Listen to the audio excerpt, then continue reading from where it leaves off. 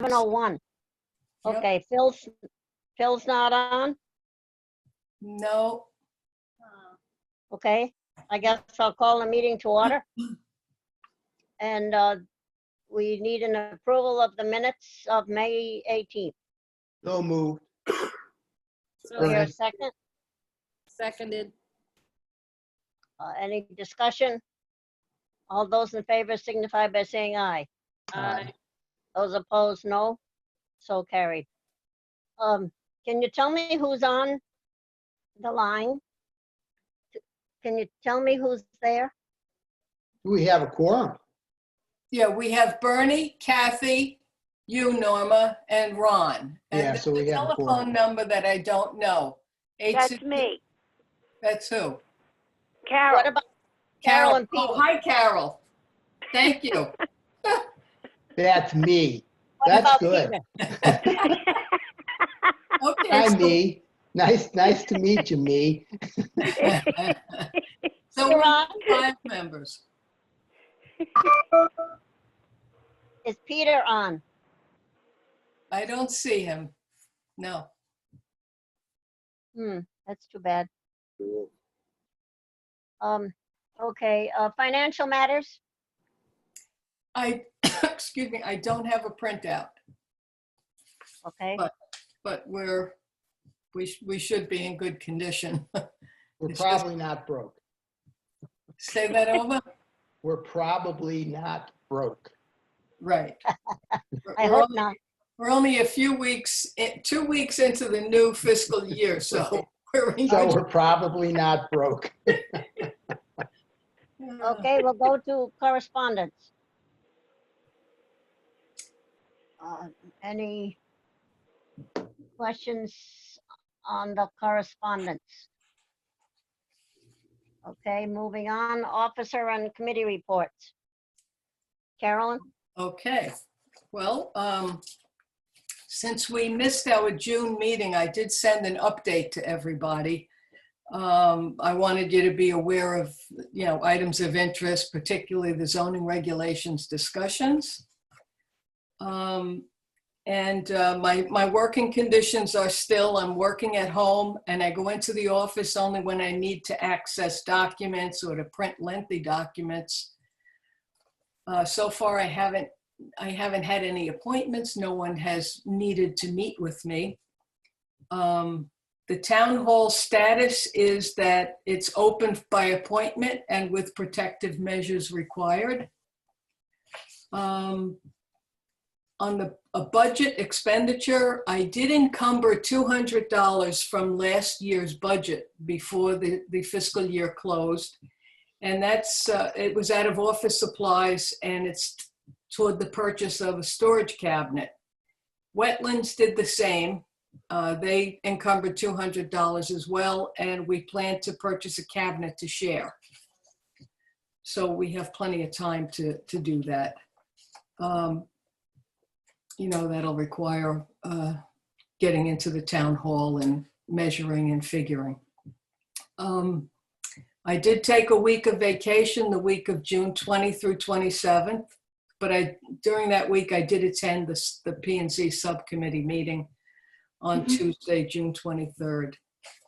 On the proposed zoning regulations, I attended all of the weekly subcommittee meetings since I last informed you in June. And also there was a question and answer forum that was held July 14th for the public's benefit.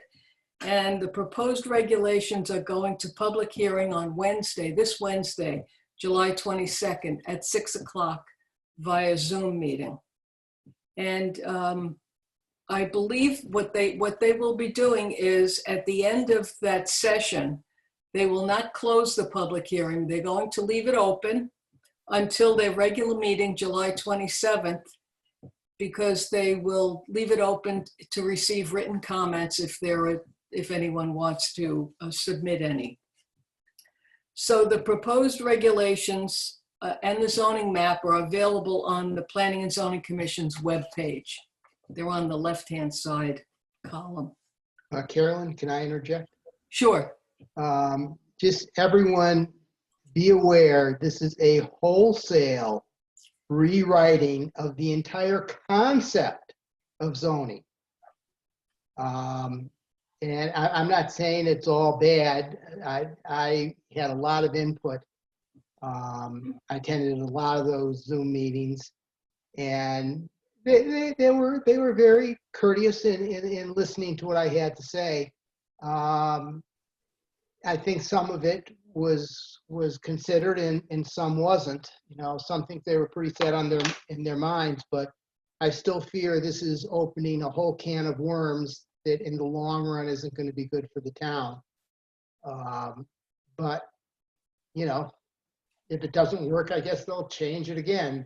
They've been working on this a long time, and you got to give them credit. But again, I think it's just kind of naive and opens the door way too wide for almost anything to happen anywhere in town. So just be aware that that's my take on it. Can you be a little more specific, Barney? No, not without an hour's conversation. Okay. I think you need to look at those, go to the town hall website and look at the zoning regulations. I will. Generally speaking, Kathy, ever since zoning was installed in town, the concept of the zoning regulations was that here's a list of what's allowed. If the activity is not on this list, it is not allowed. Okay. The general concept of the new zoning regulations is pretty much anything goes with board approval. There's no longer R20s, R40s, RA80s. There's I don't even remember what they're all called. Carolyn, do you? Yeah, I have the map in front of me. So Yeah, I looked at the map. essentially, the R40 and R80 is all going to be one, and it's going to be called the Rural Residential and Agricultural District. And the major difference in the size of the parcels will be 1 acre is required, 40,000 square feet. And you have to have 150 feet of frontage. So the frontage remains the same as it has been in those two districts, the two zones that we currently have. Was a building parcel size 2 acres before? For the Some RA80, places. RA80, Yeah. Okay. And 80 is residential? it's rural residential right now. Okay. 80 is rural residential. And what is 40? 1 acre R40 is just residential. Okay. currently. And then it's further defined by R80, meaning rural residential versus residential?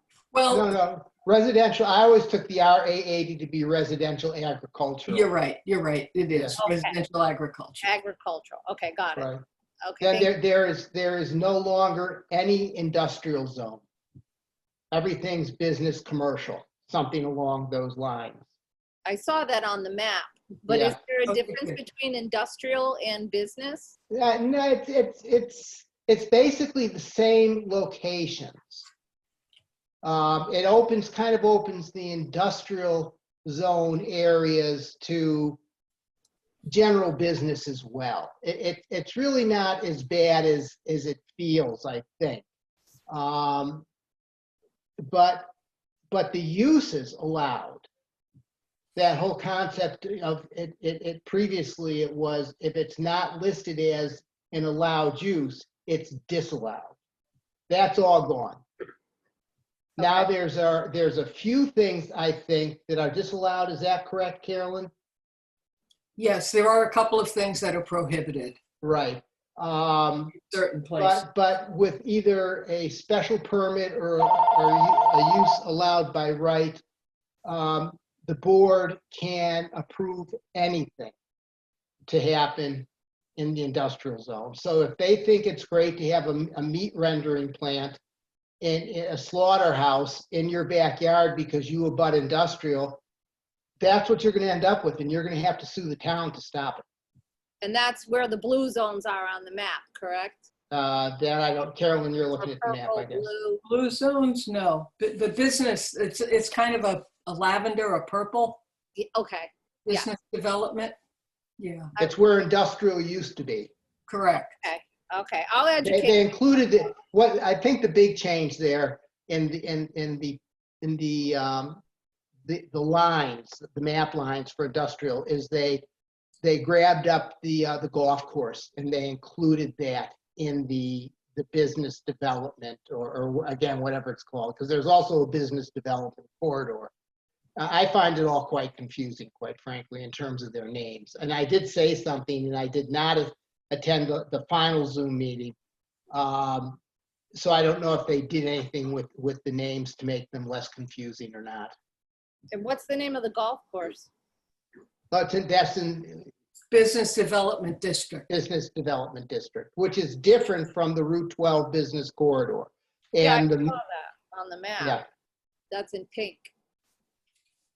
Yeah, it is a bit confusing, and I will go to the website, the webpage, and read up on this so I can ask. yeah, scan through them. I mean, you know, you're gonna have to give yourself 2 days to read the thing cover to cover, Well, you know, and absorb it. So just kind of scan it. That's pretty much all you can really do without going nuts. okay.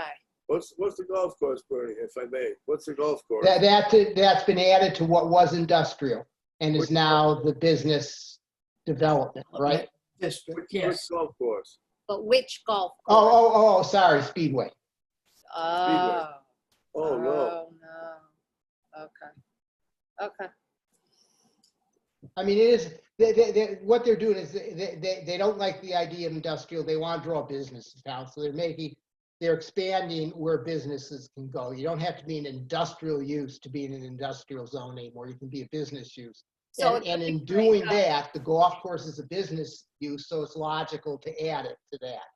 Okay, so somebody wanted to bring a topless bar into the town. Well, They could I do it guess. if they got approval from, if they got a special Yeah, permit. adult entertainment would be allowed. It would be allowed. It would be allowed with certain criteria. And there's only one parcel. It would have to be in the business development district. And Yeah. there is currently only one parcel in town that could conform to the requirements. Okay. And it's actually the golf course. Oh, Oh, really? Yes. So they're gonna have topless It's getting golf. very bizarre. So under legal counsel advice, they were told, P&Z was told that as long as you have at least one parcel that could be developed, it doesn't have to be undeveloped right now. Could be used for something else right now. But as long as you have one parcel that meets the criteria for the adult entertainment, then you're legally okay. And there's, as of we know, only one parcel Yes. thing that meets that criteria. Correct. Golf course. Okay. We've got two golf courses. I think to expand on that, you'd have to read the regulations. Yes. I certainly don't know what those criteria are off the top of my head. Yeah, that's vague. Well, you have to be, I believe it's 1,200 or 1,250 feet from an abutter. Oh, that'll do it. Yeah. That did it. I got binoculars, I guess. Anything goes area. Anyway, I didn't mean to turn this meeting into a zoning meeting. I just wanted to give a brief synopsis so everyone knew where things were. And you can take it on yourself to look into it further if you want. So you can comment at Wednesday meeting if you want. Okay. Thank you, Bernie. Okay. Carolyn? Yep, so moving along, we had a couple of requests for conservation information. One came from Hunter Brawley. He's working with the Last Green Valley and the Connecticut Land Conservation Council to map open space in I'm not sure if it's all towns in the state or all towns in a particular region. But he requested GIS shapefiles and spreadsheet information on all conservation easements, agricultural PDRs, the purchase of development rights, and info on, I passed along to him info on the Morning Beckons farm. He wasn't aware of that. So I explained to him that currently it seems protected by deed restrictions, but it is my understanding that deed restrictions can expire. So it's not necessarily protected in perpetuity. So he's going to look into that.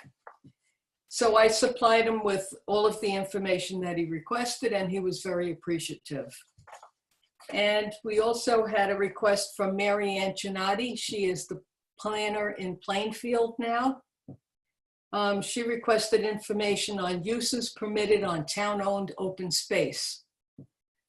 I explained to her that we don't have a list of the uses that are permitted on town-owned open space, that we do have a template for conservation easements, which I sent to her. And I explained that not all conservation easements are for the same purpose or have the exact same restrictions, and that we do draft language specific to whatever the purpose is for that particular property that's going to be having a conservation easement on it. So she was glad to get that information. I did have some mapping projects. The map that I did of the all permanently protected land, I had to update again because in my conversations with Hunter Brawley, he informed me that the Connecticut Forest Landowners Association, which is also the Wolf Den Land Trust, they divested themselves of the piece of land that they owned in Thompson. So that was sold and it's no longer part of their land trust. So is it protected? Excuse me? Is it protected somehow still? No, it's not protected. And I don't know what the conditions were. It was actually a landlocked piece of property. So I don't know what the conditions were under which they received that land to begin with. But if a land trust receives a property that is not earmarked for conservation purposes, sometimes it is earmarked for revenue. You can sell it for revenue. Right. But you can't just sell anything for revenue, you know? Right. Thank you. Okay. Okay, you're welcome. So, so I updated that and I published it to our website. I also, at the same time, published the map, an updated map of conservation easements to our website because I had noticed that the one that was on the website before was 2 years older than the most recent one. So that's been done. And the map for the Lake District, which is a district, a new district under the new zoning regulations, it will be. I did consult with Marla and we drafted boundaries for the proposed Lake District as the planner had requested. And the mapping was acceptable to the Planning and Zoning Commission and it was incorporated into the zoning map provided by NECOG. So that map is available on the Planning and Zoning Commission's website. That's all I have. Are there any, getting back to the planning and zoning, are there any changes in the procedure? When someone comes in? Like they have to go to certain, to the Conservation Commission and to I don't think so, Norma. I think, you know, there's still special permits. There's still all the basic regulations, you know, for, you know, interacting with other town agencies. I never saw anything regarding changes of that. Did you, Carolyn? The only thing that they did bat around was they had wanted to have applicants, especially for special permits, to have Conservation Commission do a review of the proposal. Yes, right. And I explained to them that we're available to do reviews. It's really best for us to get a request from from them, from planning and zoning or from wetlands, whoever Right. might need it. That we're certainly available to have a conference with anybody who's thinking about doing something. But unless they have an application, it's quite a lengthy thing to do without an application. You don't really know what the parameters are Right. of their proposal. And they backed off of it, if I believe, correct? Yes, what they did was they asked for a template from our reports when we do a review report. You know, that spreadsheet. Yep. And with all the natural resources on it and so forth. And they included that in their appendix of their proposed regulations, so that if, you know, someone who wants to kind of take a look at what's going to be expected of me and, you know, what the process I'm going to have to go through when you have to have a conservation review, they will be able to see in the appendix what it involves. Right. So Norman, to answer your question, the bottom line is no changes. Good. We did a plan of conservation and development about 10 years ago or whatever. Yes. I noticed I noticed planning and zoning is putting it together. Is there a reason for that? And are we going to name someone to the committee or? Well, here's the thing. Planning and zoning has always been under a state mandate to update their, it's called Plan of Conservation and Development. It's really Right. planning for the town Yeah. on a 10-year basis. So that's what they have to do this year. And Tira is getting a group together. I think she has about 10 people already. And I haven't been asked to join the group, but I have offered that if she wants any information regarding conservation, that I would be willing to take a look at that, you know, to do It kind of ties in with, it kind of ties in with the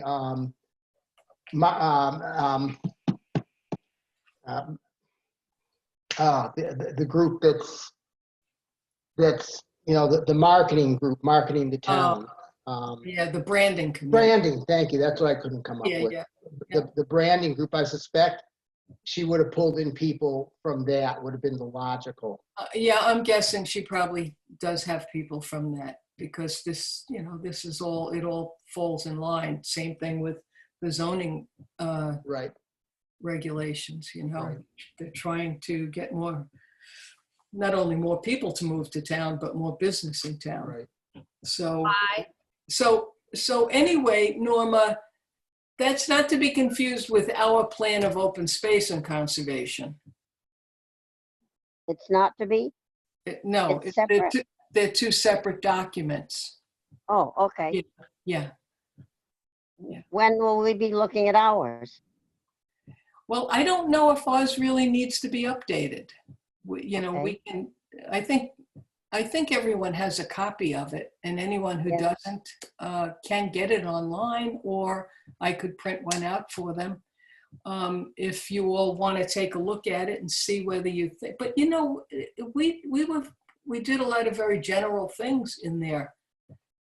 So I don't really know if it needs to be updated. We can There's think certainly about no that. state regulation like there is for the town's plan of development. I'm sorry, would you say that again? There's no state regulation to Right. update that. Right. There's no requirement. There's no requirement to have it, correct? Right. I thought But- it was the same thing. No. Well, the other Now, thing, go ahead, Norma. Yes. I was just going to say that after we published that plan of open space and conservation, or maybe before we published it, actually, I spoke with the chair of planning and zoning, who was Charlie Paquette at the time. And Yeah. I asked him if it was okay at the beginning of our document if we tied it into planning and the plan of conservation and development. And he was okay with that. So, you know, there is a connection, and that connection is good because when we want to be eligible for certain grants, the more documentation we have pointing to the things that need to be done in town, the better it is, the better chances we have to get the grants. The other issue we probably should touch on, because it's actually under old business, but we're doing zoning now, so we might as well touch it. And that's the aquifer protection and how that all sorted itself out. Carolyn, you know more details on that. I know the general, but why don't you update everyone on that? Well, when they got to the aquifer protection, Tira learned that the aquifer protection regulations that have been mandated by the state refer only to the public water supply wells. The watershed. That watershed for those wells. And that's a small area in town. The regulations are all in place. Planning and Zoning is the agency that has adopted those regulations and is responsible for implementing them. The model for those regulations was handed down from the state. So everything should be very kosher with that. And that's in the P and Z regulations, correct? That's not a separate No. document. It's separate. It is separate. It's separate from their regulations. Originally, they put it in there, and that's when Tira found out it shouldn't be in there because it was already Okay. addressed and did not need to be updated. So that's separate. But in the regulations, there is a section on groundwater protection. And that would be basically the stratified drift deposits in Thompson, which basically follow the major The rivers. And so there's a guidance document on groundwater protection that it refers to. And it gives the Planning and Zoning Commission the latitude to review applications for various types of activities that might occur in those stratified or over those stratified drift deposits that could be detrimental to the environment for the groundwater. So, you know, in years past, in the current regulations, there were very specific groundwater protection regulations, and they were never applied. They were never utilized. I think it was just too much for the commission over the years to deal with all the other things that they have to concern themselves with applications. Basically, they were ammunition for someone fighting a project. They were there and they could be used legally, but that was about the extent that they were, and if anyone ever even did that. No, not that I know of. Right. So anyway, I pretty much gave the input on the groundwater protection, and I felt like it wasn't a good idea to have a whole section with a lot of very detailed requirements. I felt like broad language was the better way to go and allow the Planning and Zoning Commission to utilize the guidance that is available through the manuals that were written by the state. Different from. There's no sense in having very detailed regulations that are going to apply to so many things that they might not be necessary for, and for the Planning and Zoning Commission to not have the heart to implement that, you know? Right. So we'll see where this goes. It could certainly be built on if they found that to be necessary in the future, but it does provide them. I mean, the statute, their authorizing statute allows them to consider groundwater protection. So they have the means, and if they want to, they can apply it. Okay, thank you. You're welcome. Any other comments or questions, Carolyn? Yes. Okay. Moving on to old business. Okay. We've got the update of conservation, bluebird houses. Not this year. Yeah, It's this too year- late anyway. Yeah. Our with- bluebirds are hatching, Yep. are ready to fly. Oh, yeah, we've Well. had them. Okay, let me see. Let's go to neglected cemetery grant. I have a man working on, we have a grant for the Wilsonville Cemetery, and there is a man working on that project. It's slow due to the hot weather and whatever, but he's still working at it. That'll be done by the end of September. That'll be done, that is, he will have used the monies from the grant. I don't think the cemetery will be done at that time because there are so many gravestones that need repair. Yeah, that has a lot. Yes, but it's looking good. Excellent. So what would it take to get that completed? Norma, I'll have to get back to you on that. okay. I guess my question is, if you had more funding, would he be able to get more accomplished by the end of September, or is he going at a pace that if you had more funding, you'd have to wait till next year?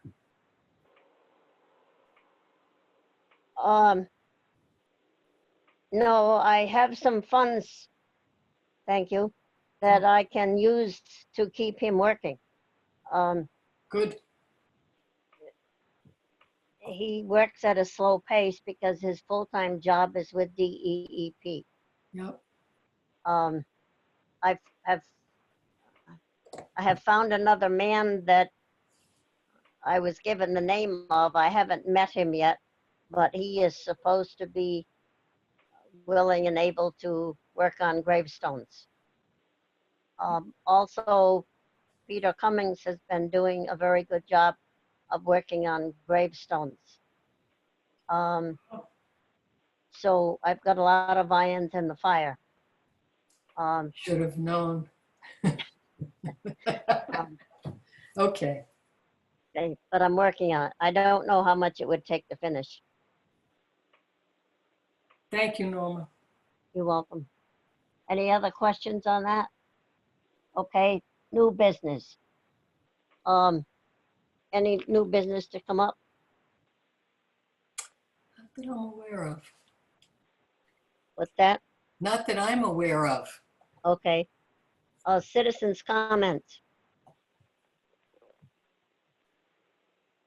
Any citizens' comments? I'm curious about how some of these new corridors are gonna work out. I mean, the zoning. Interesting to see how these new corridors are gonna Yeah, work. you talk about zoning, right? Yeah, zoning corridors. Yeah, I think you need to, spend a little time reviewing those sections to get a better feel for it. And it's a legitimate concern. I just see the whole thing as a giant experiment.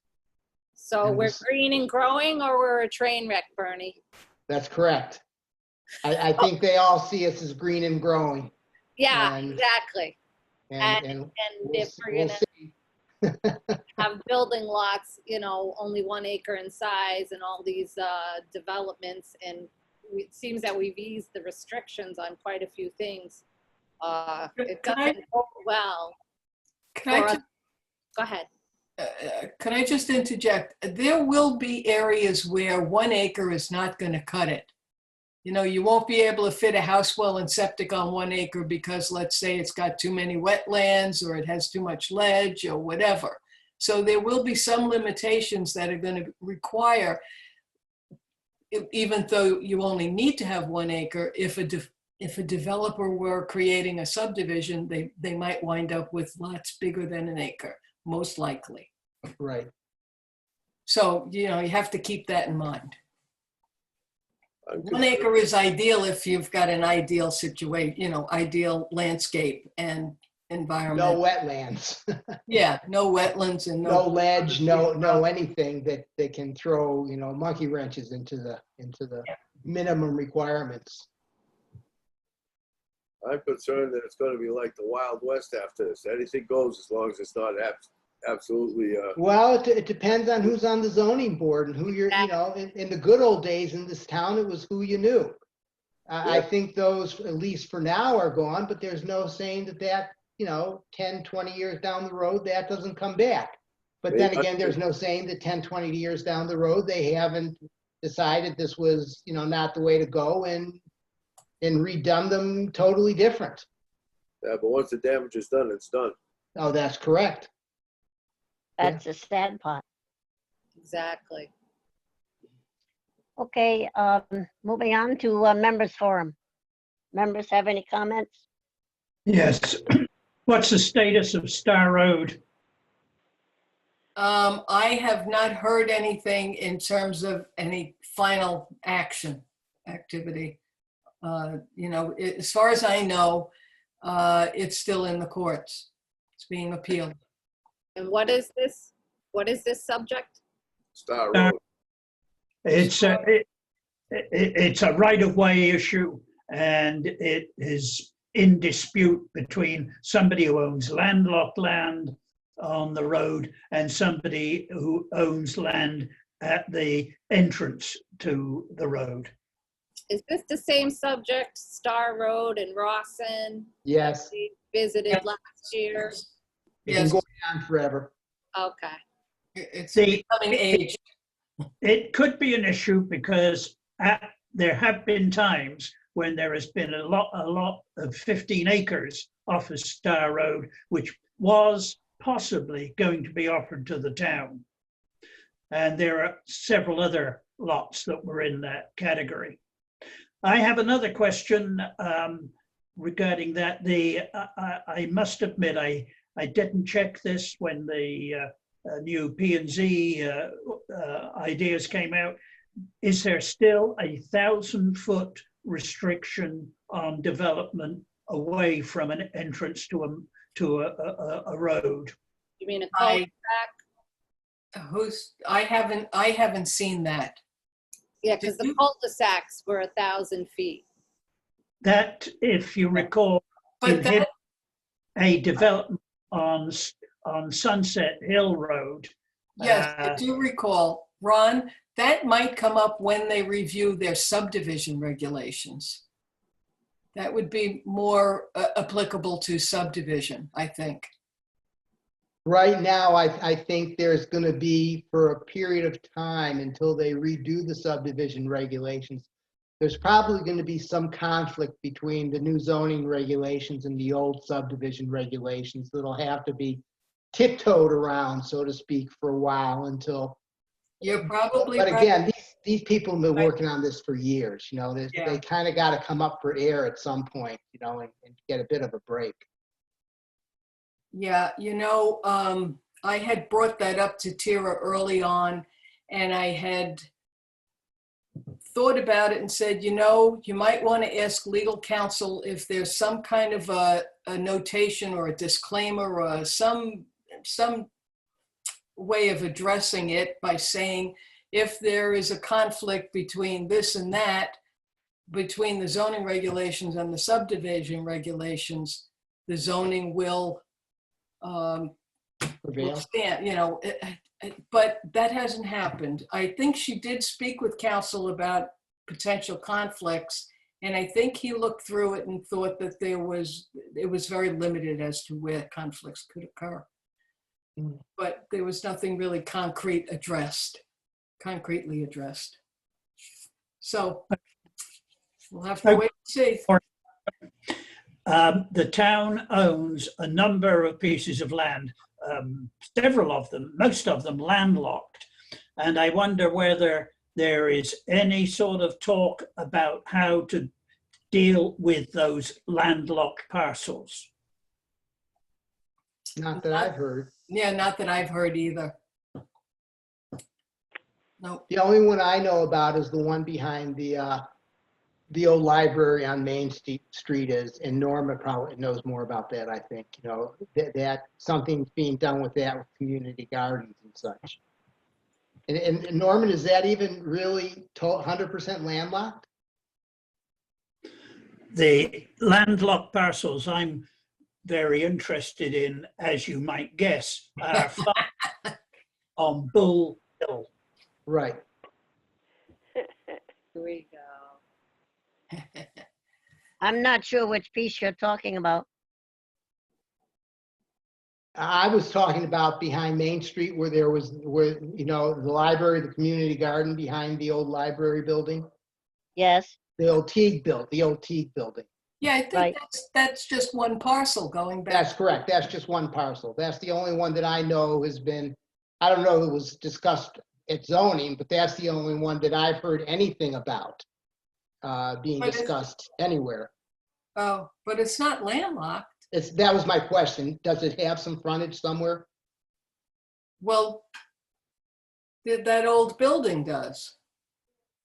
The building But is it's a on, separate parcel from the old Teague building. it was cut off? I believe it's a separate parcel. I could be wrong about that. I've been under that impression. Let's just Yeah, say that. I don't think so. Okay, You could look on Map Geo if you, exactly. yeah. It doesn't matter. I just brought that up because I Yeah. thought it was landlocked and Ron Yeah. asked about landlocked. No, there are quite a few over in the Bull Hill area. Right. Towards Woodstock. I guess they used to be woodlots. yes. Yeah, all that was woodlots. Ron, would some of those be beneficial to tie into the existing stretches of land over there? You talking to Ron? Yeah, Ron? I mean, are they contiguous with any of what's already owned by Wyndham Land Trust? There's nothing new to report.